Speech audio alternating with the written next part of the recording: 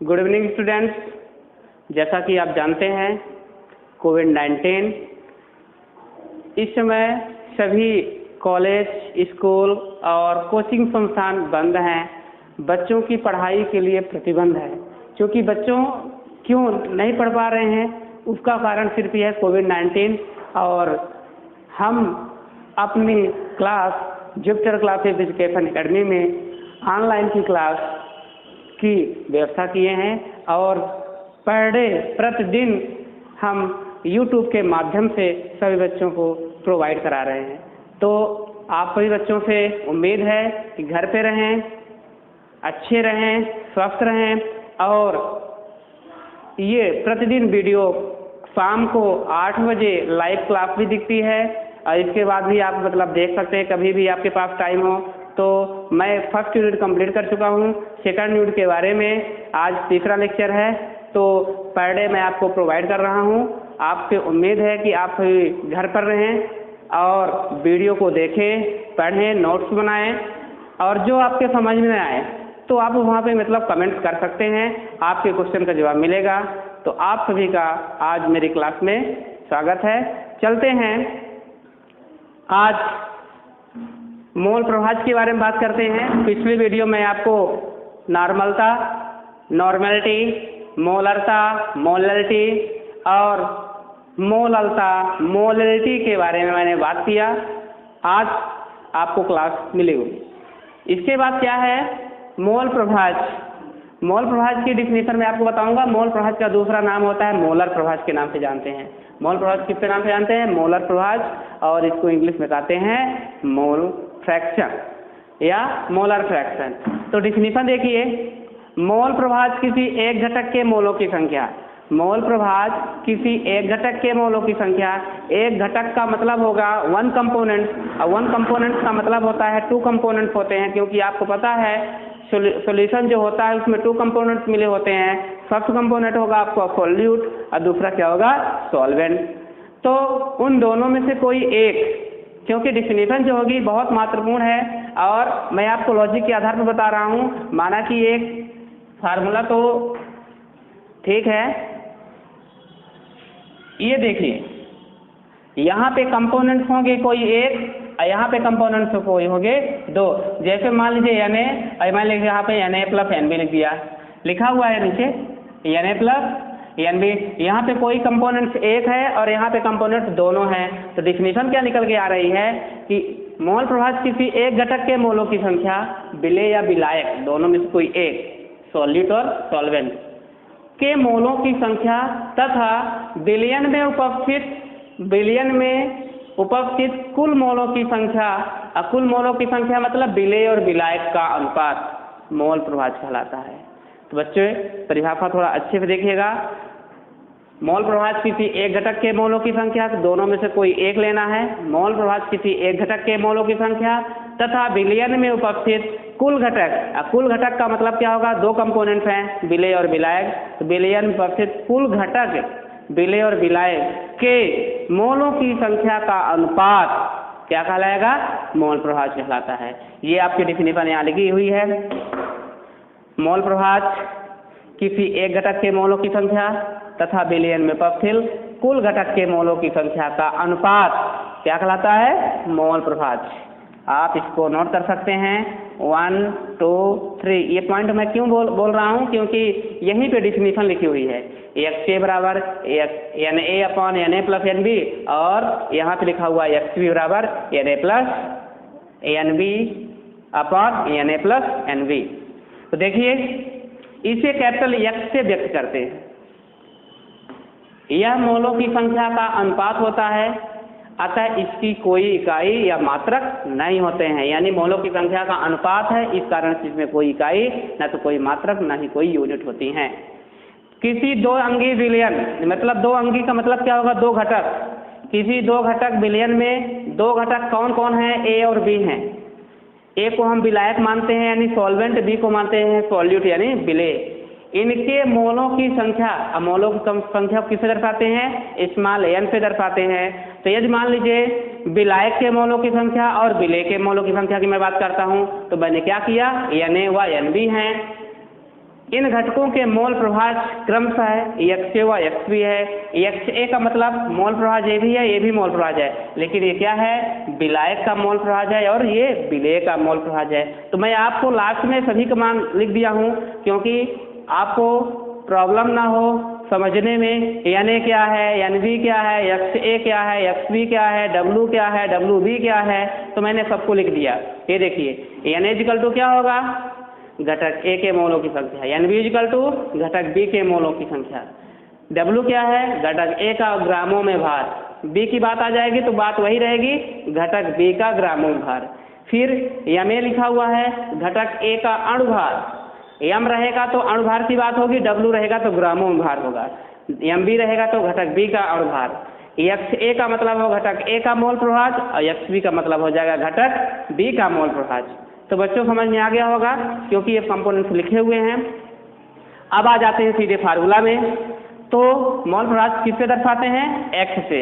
और अगर मान लीजिए XA लिखा हुआ है तो इसका मतलब होता है विलायक का मोल प्रभाज। तो विलायक का मोल प्रभाज इक्वल टू क्या हो जाएगा, NA upon NA plus NB, NB equal to NB upon NA plus NB। अब NA लिखा हुआ है तो NA का मतलब क्या हो जाएगा, WA अपान WB, और यहाँ पे NB का मतलब क्या हो जाएगा, WB अपान MB। WA का मतलब क्या होगा, घटक A का ग्रामों में भार वहाँ लिखा हुआ है, और MA का मतलब होगा घटक A का अणुभार। यहाँ पे WB का मतलब क्या हो जाएगा, घटक B का ग्रामों में भार, घटक B का अणुभार, मॉलिक्यूलर मास। इसके बाद आपको मैं राउल्ट का नियम पढ़ाऊंगा, और यह मोल प्रभाज ही लिखा हुआ है। कहा गया है कि दो घटकों के मोल प्रभाजों का योग, ये फार्मूला होता है, दो घटक जो होते हैं, टू कंपोनेंट्स जो होते हैं, तो इनके मोल प्रभाजों का जो एडिशन होता है, योग होता है, कितना आता है, 1 होता है। दो घटकों के मोल प्रभाज का योग कितना होता है, 1 होता है। तो हमने क्या लिखा, XA plus XB equal to क्या लिया, 1। ये रूल होता है, XA plus XB equal to 1।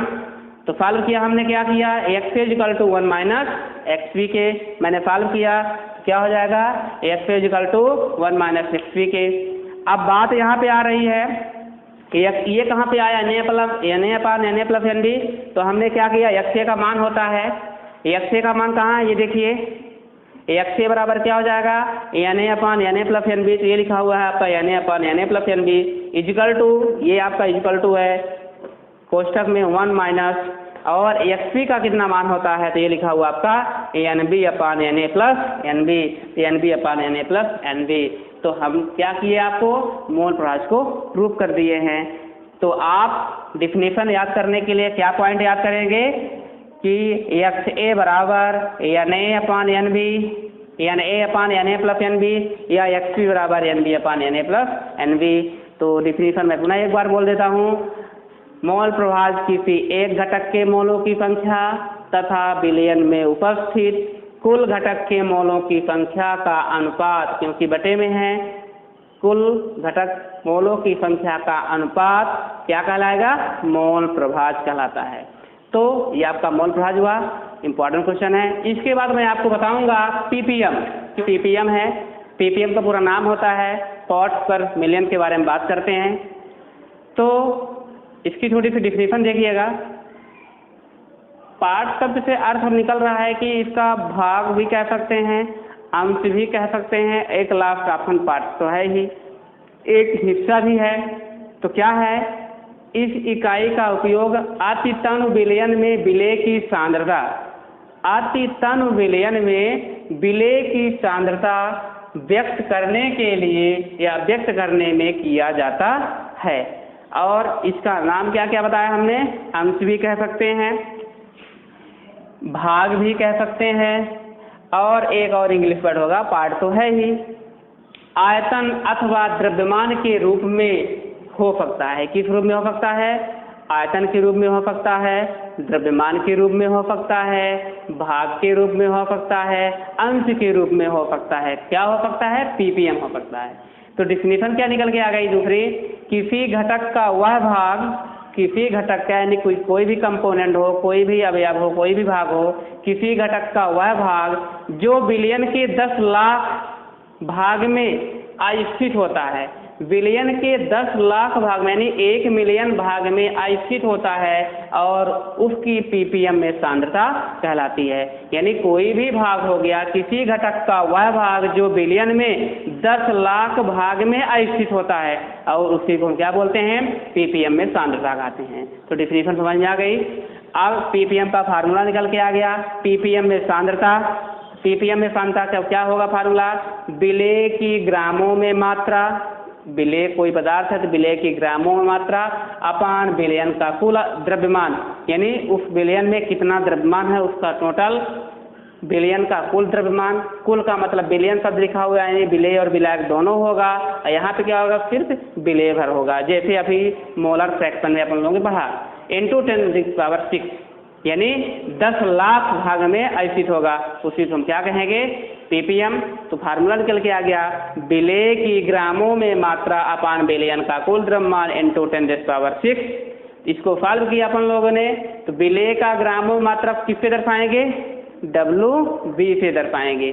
B for विलेय की बात हो रही है, सॉलिड होता है, और W जो है आपका वेट है यानी ग्राम की बात हो रही है, अपान विलयन का कुल द्रव्यमान, विलयन का मतलब होगा A और B दोनों है, यानी घटक A और घटक B दोनों है, तो WA + WB × 10⁶।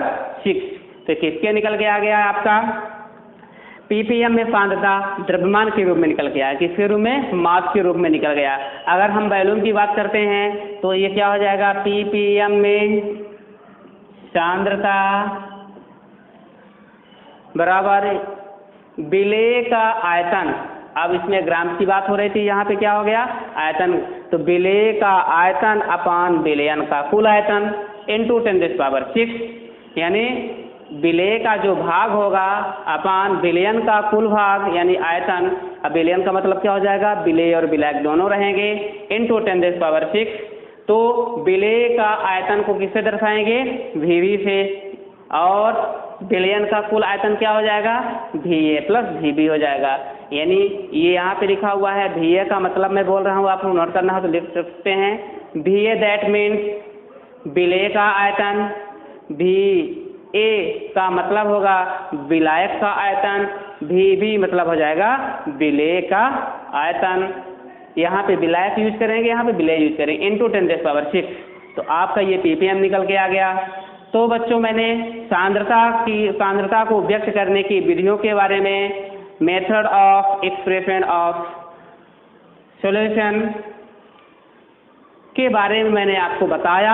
8 विधियां होती हैं, उन 8 विधियों में से यदि इम्पोर्टेंट की बात किया जाए तो जो पेपर में अभी तक पूछी जा चुकी हैं कौन कौन सी हैं, आपकी नॉर्मलता आ चुकी है पेपर में, मोलरता, मोललता, फार्मलता, और एक और है आपका मोल प्रभाज। ये 4-5 पॉइंट जो हैं बहुत ही महत्वपूर्ण हैं, आप 12th का पेपर उठा के देख सकते हैं, निश्चित रूप से ये हमेशा पेपर में आते रहते हैं। क्योंकि अब 2 नंबर का क्वेश्चन आना है और 3 नंबर के 2 नंबर से कोई डिफिनीशन पूछ लेगा और फार्मूला पूछ लेगा। इसके बाद का इसका जो मैंने आपको मतलब 8 सांद्रता व्यक्त करने की जो विधियाँ बताया हूँ, तो इसका जो न्यूमेरिकल होगा हम आपको नेक्स्ट वीडियो में सभी के बारे में हम 2-3 एग्जाम्पल बताएंगे, तो न्यूमेरिकल बताएंगे, तो उसके आधार पर हम आपको आप उसका भी कर सकते हैं और अपने से भी क्वेश्चन आप कर सकते हैं। जो क्वेश्चन आपके समझ में नहीं आएगा तो उसका क्वेश्चन को आप तो क्या करेंगे, लास्ट में डिस्क्रिप्शन में आप क्वेश्चन कर सकते हैं, कमेंट्स करेंगे, उसका जवाब मिलेगा। तो इसका न्यूमेरिकल हम आपको नेक्स्ट वीडियो में बताएंगे। तो मैं उम्मीद करता हूँ आप अच्छे से इसे पढ़ें और अपने नोट्स बनाएं। आप तो देखेंगे, अपने मित्रों को भी बताइए और उनको भी सेंड करिए। आज के लिए इतना ही। Thank you students.